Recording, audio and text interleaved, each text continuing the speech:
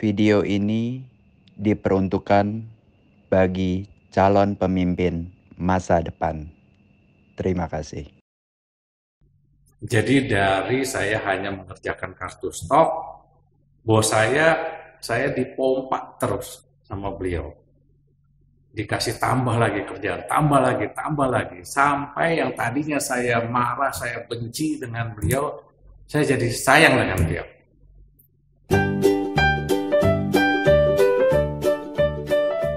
Halo calon pemimpin masa depan, selamat datang di podcast SAI. Saya didampingi oleh Bapak Adrianus Romang Suryat sebagai Direktur PT SAI Indonesia. Ya, selamat datang Pak Adri. Bisa berbagi sedikit pengalaman Bapak selama perjalanan karir? Mungkin bisa mulai dari background Bapak, terus sampai sekarang menjadi Direktur PT SAI Indonesia. Mungkin bisa sedikit cerita dikit Pak. Terima kasih Pak Sam atas undangannya. Kalau kita berbicara masalah karir saya dan background saya, ini akan cukup panjang nih Pak. Karena memang banyak perjalanan hidup saya yang membuat saya jadi seperti ini.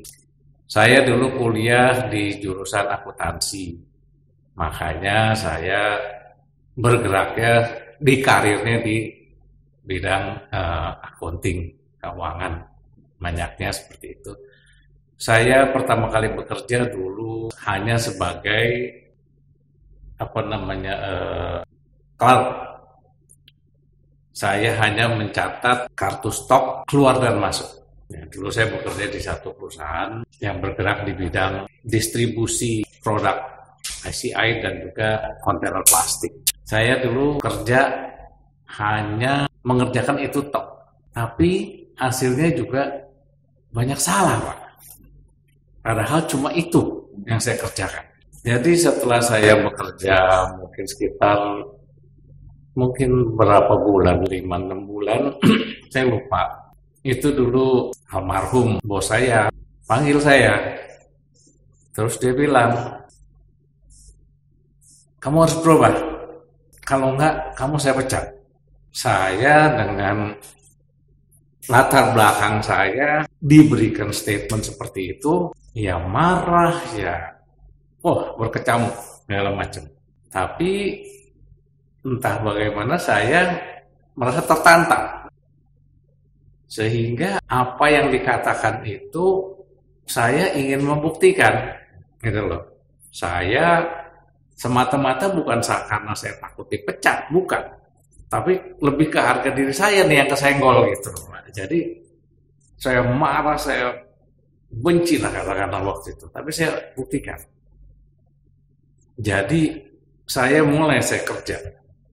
kerja dengan benar, karena mungkin 6 bulan pertama itu saya kerja ini hanya ya suka-suka saya, sehingga dengan pekerjaan yang sangat sedikit itu pun masih salah. Jadi setelah saya di ultimatum seperti itu, dan saya buktikan bahwa saya bisa, dan memang ini membuahkan hasil. Jadi dari saya hanya mengerjakan kartu stok, bos saya dipompa terus sama beliau.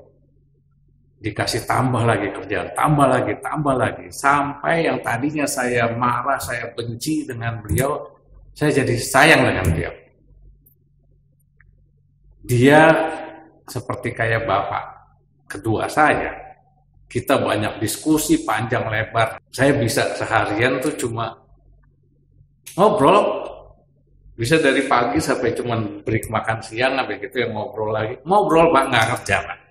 Tapi semua yang dia ajarkan ke saya itu sangat bermanfaat untuk saya, dan saya sangat berterima kasih. Karena kalau dulu dia tidak pernah mengatakan hal itu kepada saya, mungkin saya ya kelakuan saya segala macam semua masih tetap seperti dulu. Pokoknya saya suka begini, saya nggak peduli orang lain. this is me gitu kan, selalu kan udah. Tapi itu kan nggak benar. Jadi setelah saya membuktikan tadi, hubungan kami jadi sangat baik. Dari saya hanya sebagai mencatat kartu stok keluar dan masuk, yang sebulan itu ya katakanlah tidak terlalu banyak, dan hasilnya salah. Sampai yang hanya saya bisa mengerjakan itu pekerjaan 1 bulan, 1 hari cukup Pak. Dan benar. Jadi karir saya melejit cukup naik.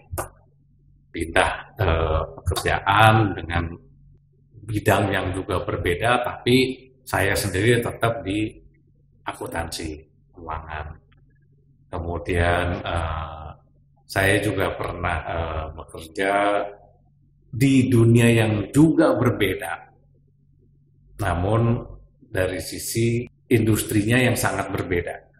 Di sini dari industri yang mungkin sebelumnya ini adalah barang dagangan biasa, ini juga barang dagangan, tapi kaitannya dengan tanaman. Kami menanam stroberi di Bali, yang waktu itu memang masih belum banyak yang ini ya.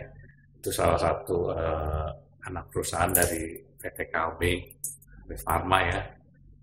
Jadi tapi saya tidak terlalu lama di situ, kemudian saya berpindah lagi ke dunia forwarding lagi. Ya.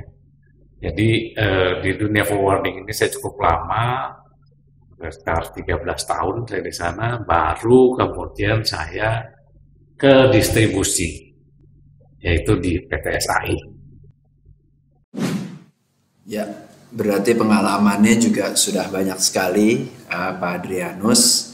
Dan yang menarik tadi justru pekerjaan yang tadinya dibuat asal-asalan, yang harusnya pekerjaan itu cepat selesai, tetapi dilakukannya juga dengan lama dan hasilnya pun juga salah.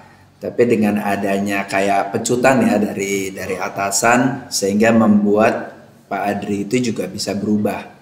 Jadi di sini menarik juga ya.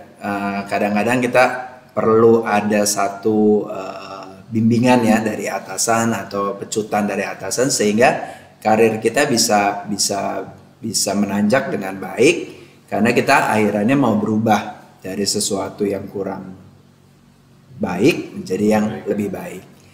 Ya, oke. Nah, sekarang kan Pak Adrianus juga sebagai Direktur Finance PT SAI Indonesia nih. Nah, biasanya kan finance atau keuangan, accounting tuh dikenal orangnya cukup pelit ya. Katanya, wah kalau orang finance, orang accounting tuh pelit. Nah, bagaimana Bapak menyikapinya, Pak? Apakah Bapak orang finance yang beda, atau Bapak juga sama seperti persepsi orang-orang? Biasa orang finance tuh pelit. Nah, itu gimana, Pak? Kalau saya nggak setuju, Pak, dibilang pelit. Oke. Bahwa kita selalu harus hati-hati, bahwa kita harus benar-benar sesuai dengan jalurnya. Ya itu memang orang accounting, orang finance itu ya udah Harus seperti itu, jalurnya seperti itu Pak. Tapi kalau dibilang pelit, saya kira enggak. Kalau ini saya melihatnya lebih broader ya, lebih besar dalam pengertian bahwa kalau mau main pelit-pelitan, ini akhirnya orang tidak akan merasa bisnis ini win-win. Karena at the end of the day we are talking about money.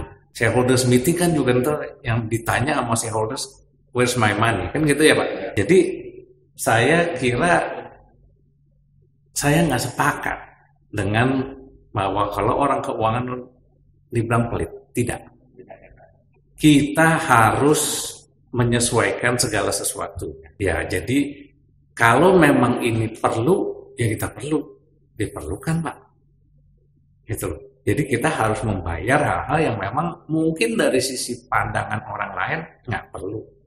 Dan satu hal misalnya saya seringkali teman kerja saya selalu nanya, Pak, ini kenapa sih Bapak approve nih? Misalnya yang paling gampang nih Pak, kalau yang paling sering antara orang accounting, keuangan dengan orang operasional atau marketing lebih banyaknya. Masalah entertainment. Nah, di sini kalau saya melihat entertain ini, kalau memang ini genuine, tentunya ini sangat perlu, Pak. Tidak perlu ditahan-tahan. Tapi memang saya tidak memungkiri bahwa ada oknum tertentu yang mungkin mempergunakan itu, mempergunakan quote-unquote haknya yang ada. Gitu loh. Tapi hal itu saya kira biasa, Pak, lumrah. Selama ini tidak terjadi yang berlebihan dan selama hasilnya nyata, saya kira kita bisa justify bahwa pengeluaran ini ya nggak masalah. Jadi kalau tadi Bapak mengatakan kebanyakan orang keuangan itu pelit, saya kira nggak juga sih, Pak. Jadi menurut Bapak anekdot itu tidak benar lah ya. Yang pasti orang keuangan itu harus bisa membalancekan ya antara yang perlu sama yang tidak perlu dan bisa dikontrol ya seperti itu ya. Oke. Nah Pak, sebagai Direktur Finance nih, gimana sih cara Bapak mengawasi operasional? Karena kan PTSAI yang kita tahu juga tersebar di beberapa kota, ada 22 cabang. Nah itu gimana tuh cara Bapak mengawasi operasional di bidang, terutama di bidang keuangannya? Ya, saya kira aturan main, SOP dan KPI masing-masing departemen personal ini yang menjadi kuncinya, Pak. Karena rasio-rasio keuangan dan segala macam itu kan itu akan terlihat semua, Pak. Bagaimana apakah ini operasionalnya ini benar atau tidak.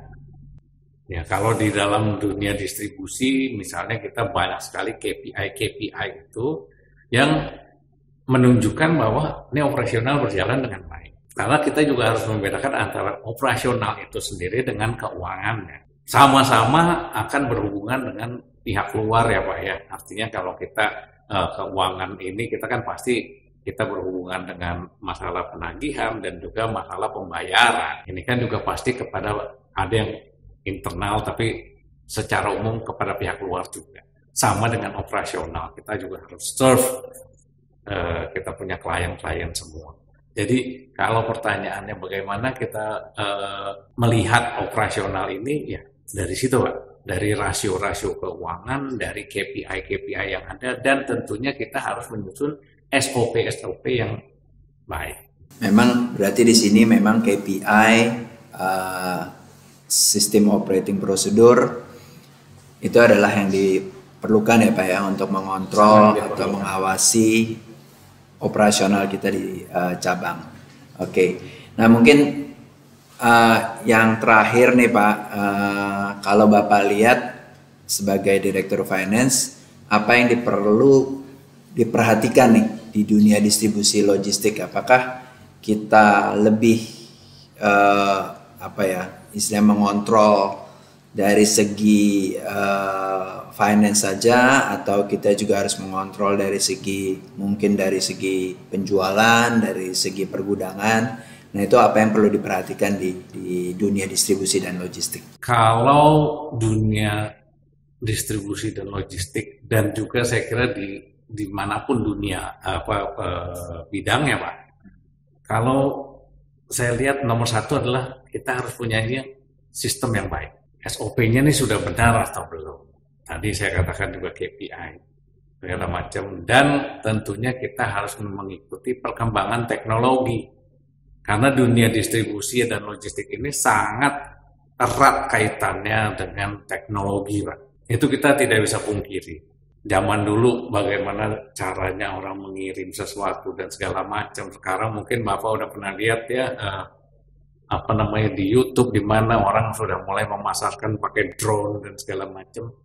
Ya, itu salah satu perkembangan teknologi. Dan kalau di dalam dunia logistik, di pergudangan dan segala macam sekarang ini kan sudah perkembangannya sudah jauh sekali. Banyak yang sudah menggunakan Android. Jadi tenaga manusia sudah mulai berkurang karena hanya satu catatan, secanggih apapun sistemnya Pak, sehebat apapun sistemnya, kalau yang mengerjakan masih manusia, maka masih ada potensi, saya katakan potensi, meskipun kecil, kesalahan. Tapi kalau yang mengerjakan Android, kemungkinannya sudah hampir tidak ada. Ya, unless the system crash ya Pak ya. Tapi kalau tidak, saya kira semuanya akan jauh lebih baik. Itu sih Pak kalau yang saya bisa sampaikan, bahwa ke depannya ini dunia distribusi dan logistik harus sangat mengikuti perkembangan teknologi. Kemudian sistemnya juga benar-benar harus disusun dengan baik sehingga memuaskan semua pihak, semua stakeholder terpuaskan. Ya, terima kasih Pak. Jadi memang intinya di sini bahwa dunia distribusi dan logistik itu memang harus menggunakan teknologi karena kita mengikuti perkembangan zaman, dan juga jangan lupa selalu ada SOP yang baku ya Pak ya, sehingga semua operasional bisa berjalan dengan baik. Terima kasih Pak Adri, waktunya sudah bisa bergabung di podcast SAI. Inti dari podcast kali ini bagaimana finance itu mengawasi operasional di distribusi dan logistik itu dengan menggunakan SOP yang baku, dan juga harus ada KPI, Key Performance Indicator, sehingga bisa diawasi atau dimonitor setiap operasional, setiap pengeluaran yang ada dengan sebaik mungkin, dan harus juga didukung oleh teknologi yang memadai, karena saat ini perusahaan tanpa teknologi itu mungkin banyak tertinggal atau sudah ketinggalan zaman. Oleh sebab itu jangan lupa juga kita harus mengedepankan teknologi dalam perusahaan yang kita jalankan. Terima kasih Pak Adri sekali lagi. Terima kasih Pak. Sudah waktunya. Senang sekali bisa hari ini ketemu Pak Adri untuk membahas mengenai bagaimana finance berperan di dalam dunia logistik dan distribusi. Sampai jumpa di podcast berikutnya. Podcast SAI, let us distribute yours. Salam calon pemimpin.